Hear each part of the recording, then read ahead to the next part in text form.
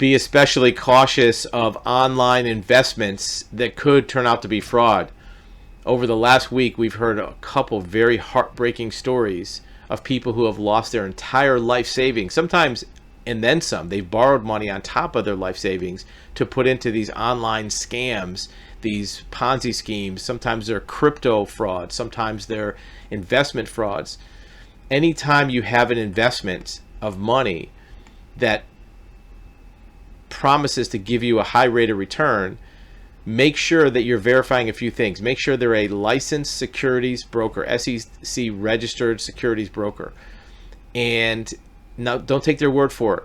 Make sure you verify it yourself. Make sure that they are a physical office type company in the US. They don't have a PO box. Even if they have a street address, make sure it's not the UPS store or some other type of mail drop. People are losing their entire life savings. If the rate of return is too good to be true, it's a scam, right? Maybe what you can do if you want to test it is put some money in, wait a month, and then try to take the money out. Put a little bit of money in, amount you can afford to lose. Put $500 in, $400 in.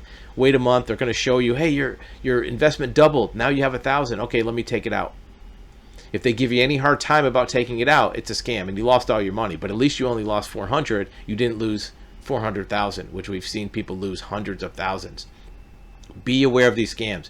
Once you have lost that money, it's very, very difficult to go through the process of recovering the funds. It's a long, involved, investigative process. We deal with this all the time. You have to identify the parties. You have to do an asset search. You have to do a garnishment. There's 4 or 5 steps, and it can be excruciatingly painful, and you'll have sleepless nights because you won't know where your money is.